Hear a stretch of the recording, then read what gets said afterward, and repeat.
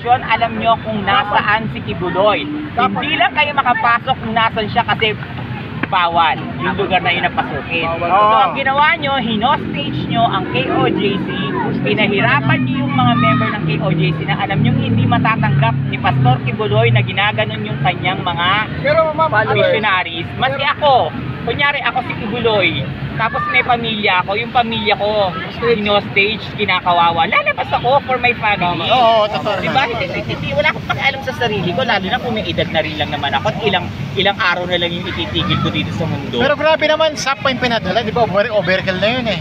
Pero ang sabi nga ni... Yung sitang Diwata, hindi niya alam na sumuko na si... Oy, hindi. Hindi niya alam. Hindi niya alam, nalaman niya lang sa Facebook. Hindi Diwata. Hindi naman tanga. Itim na 20, alam mo, itim na 20. Walang ka. Nag-uusap kami. Nag-uusap. Sa lahat ng Diwata sa impyerno itong Tangin ang mga Diwata ka. bobo. Hindi naman naloka ako, nalaman niya sa Facebook lang na sumuko na pala. Pero napapula na ng boss mo dati. Nasabi niya, pag sumuko dapat si Bibing, pupunta sa police o sa judge. Hindi daw doon sa area na yun na susuko. Hindi niya alam ba na sumuko si Bibing? Ay si Pastor Kibuloy sa kay General Before pa lang meron ng usapan niya, nakikipag-usap na yung mga matataas na tao ng KOJC, nagsusuko ni Atty. Kibuloy, pero ayaw niya kay Diwata. Ayaw niya sa police kasi sigurado. Napuntan yung 10 million. Binigay pa rin daw. Wow! Binigay sa PNP. Binigay nasa news Okay. Binigay pa rin daw sa PNP. Bahala sila. Dapat yung bigay nila sa KOJC. Ipagawa nila yung mga sinirayan. Pero may silang kasi dati na yun. Damage claim. Nagsampa ng kaso si Tatay Digo. Tampak. Kay Avalos. Sige we. Alam mo kasi ang sinama yun sa buong sigurado. Nakakaloka, no? Sobra ang gulo-gulo. Papasok pa sa Sige, halika dito kakain mo. Madam Sabay Bibos, tayo magmura. balita ko, magbe-birthday si Bongbong Marcos. Ano ang regalo mo? Yan. Lagayan ng cocaine. Para hindi naman halatang yung cocaine na sa loob. Yung medyo may kulay. Alam niyo naman, di ba kinikwento ko yung galing ako sa pagbibilaw yan. O kaya yung sing-sing, tapos may lamang cocaine sa loob. Tapos, Parang ng ganyan. hindi, kahit nag-i-speech siya, tatalikod lang siya. Buksan niya lang yung ano, tapos kaya Akala ko ganyan na ganyan. Aspect siya ganyan lang. Hindi kasi dati, yung mga kasama ko sa Japan, may mga ganyan, mga nagko-cocaine din, mga class A na hostess sila.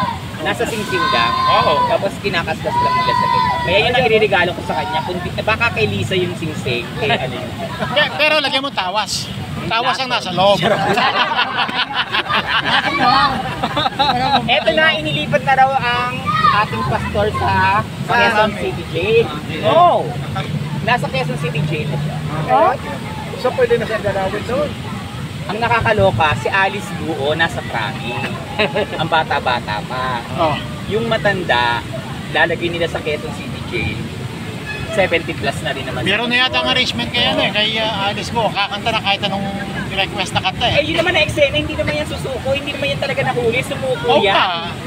Babe, sunduin pa ng jet? Meron niyang usapan na Arrangement. lahat naman yan, revenge nila kay Tatay Digong.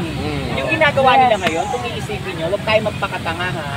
Oo, lahat yan. Ginurgur dati ni Tatay Digong ang mainstream media, ginagandihan siya ngayon. Nag-apply si Bongbong Marcos sa kanya as Secretary of Department of Agriculture, ni-reject.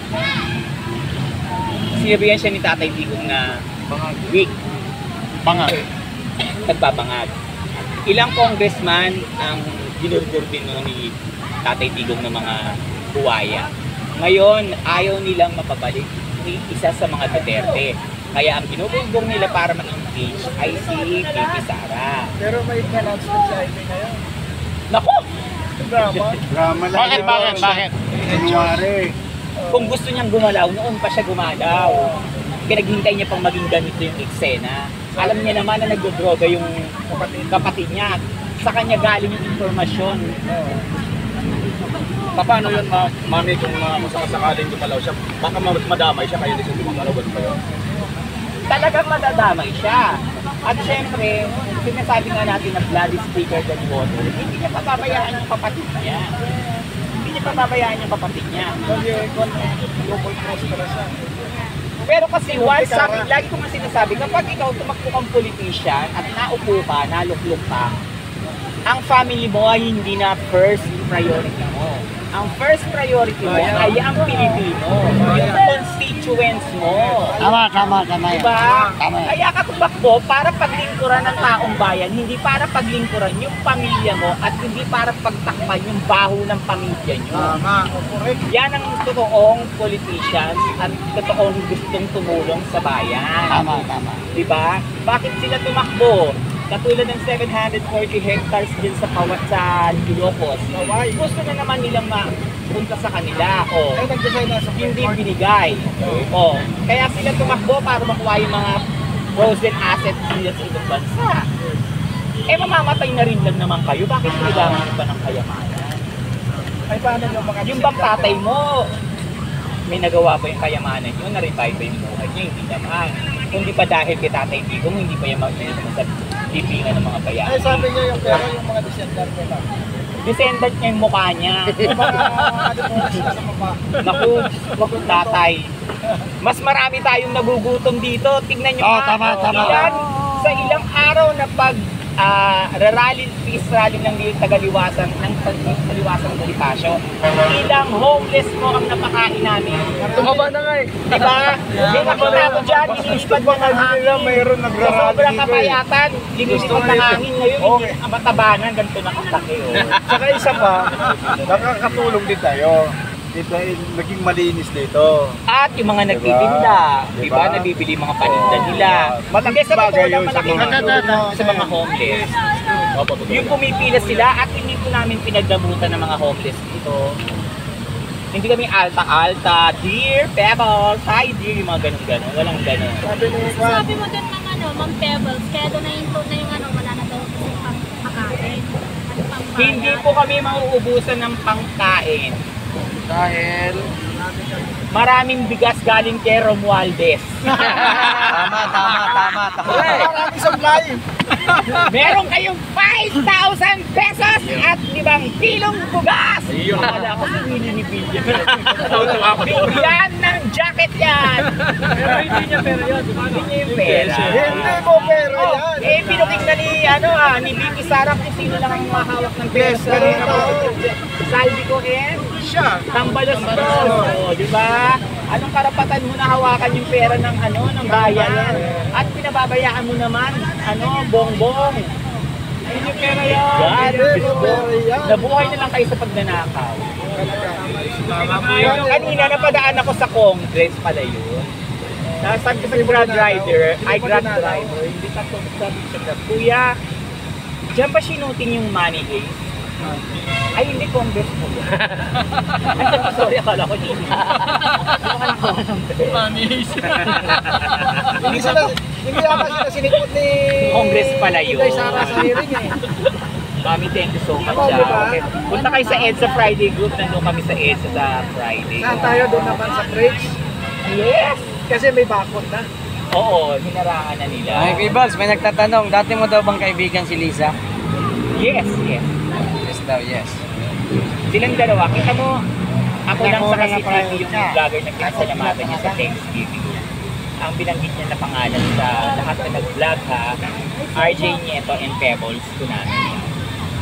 Dati ko silang kaibigan pero kasi sinabi ko sa kanila once na may nakita akong kabulukan, hindi tayo pwede maging magkaibigan, babaratin ko kayo. Kaya kung lumalaban ako, pwede akong umarte na wala akong nakikita para mayaman din ako ngayon, di ba? Pero bakit ako nagpapagod? Kasi hindi ko matikis na makita yung mga kapwa ko Pilipino na hirap.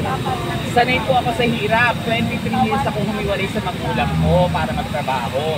Hindi ko kailangan yung manggaling sa masama para magkaroon ng bahay at swimming pool. Kaya ko pong pagtrabahoan yan. Nagkaroon na po ako niyan. Hindi ko kailangan yung pera nila, yung mga Chanel, Gucci, Louis Vuitton nila. Meron po ako niyan. Pinagpaguran ko po sa sarili ko.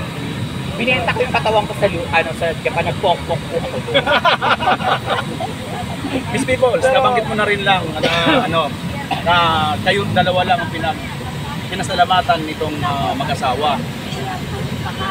Sapat ba ito? Kasama yung pagbablog niya, kayo OFW kayo, siya nagbablog doon, nagbablog din kayo. Sapat ba ito para magmanirahan si doon si Thinking Pinoy sa abroad sa UK? Sapat ba yung kinita niya ng pagbablog niya? Hindi, syempre may galing na yung kanilisa. Hindi lang naman pag-aaral ni sa kanya. Meron siyang bahay na may swimming pool. Wow. Ilan ang bahay niya. Meron siyang magagandang kotse. Paano hindi ko malalaman? Anak-anakan ko siya. Nako. Yun, naka-live ang mga kasama natin. Kita, alam mo yan, I was supposed to live in your place in Bulacan. Dala ko na yung maleta ko that time, pero hindi ko lang pinabasa kotse. Umuwi-uli ako. Sa kanya na ako titira na. Kasi nung naririnig ko yung mga sinasabi niya na lagi akong kasama sa kotse, lagi akong kasama niya sa tour, ganyan, sa state visit, ganyan. Tapos, magkakaroon naman ng position sa Malacanang, papak na yun. Kasi parang, hindi pa naman nasisipula, parang tiniyata agad ng pakalan ko. So, ginawa ko sa kanya, sabi ko, ay, RJ, uwi na muna uli ako sa Manila, babalik na lang ako sa iyo. Kaya ako ba? After nun, tinalaban ko. Yun yung time na scripted na binugod-god na nila si Atty. Vic. Ako unang lumaban. Dahil kapag hindi nila tinanggal si Atty. Vic, hindi sila mapapaupo lahat. Yung mga nakaupo ngayon, wala lahat yan. Unang-unang wala dyan si Mel Rogers. Hindi siya magiging general manager ng PCS kapag nakaupo. Pero hanggang ngayon pa siya pa. Pero alam ko, ano Oo kasi yan naman. eh. Iba inaaral niya ni Atty. Vic. Hindi na-proba ni Atty. Vic yung recommendation ni Lahat pati si recommendation, pati yung position ni PP, hindi niya inabubahan. Oo. Si Lisa, hindi pwede sa kanya yung gano'n. Ang laki palang anomaly nito, Mami Peoples, kung tutusin. Kasi bibiro yung ginagastos dyan sa ibang bansa, lalo sa UK, di ba? Hindi biro kapag wala kang trabaho at hindi ka anak ng mayaman, hindi biro mag-aral sa UK ha, at lahat na nag-aaral sa UK pumapayat, siya lang kung tumaba ng tumaba. Saan ka nakakita na nag-aaral sa UK, nanonood pa naman yung musical? Diba, nag-promotion, nanonood ng musical, magkano rin ang binabayad? Ang entrance ng musical, magkano? Manonood ka ng Miss Saigon, ng mga excuse me, magkasama tayo, alam ko buhay mo, no? Alam ko kilala kita nung wala ka pang pera. Siyalirang bakla ba? Aba kung tutusin pala, isa itong papasok nito sa tinatawag na pandarambong. Talagang pandarambong. Kita mo nananahimik ngayon. Kilala ko yan. Nung wala pang pera yan, napaka-maawain at magaluin yan. Ayaw niya sa lahat yung may kinakawawag. Yung nangyayari ngayon sa KOJC, ayaw ni Titi ng ganyan. Pero hindi siya nagsasalita. Kasi nga, sabi niya, do not bite the hands that feeds you. Huwag mong pakagatin yung kamay ng tao na nagpapakain sa'yo. Kahit alam niya mali niya. Tinunok niya na lang yung problema niya. Kadiri.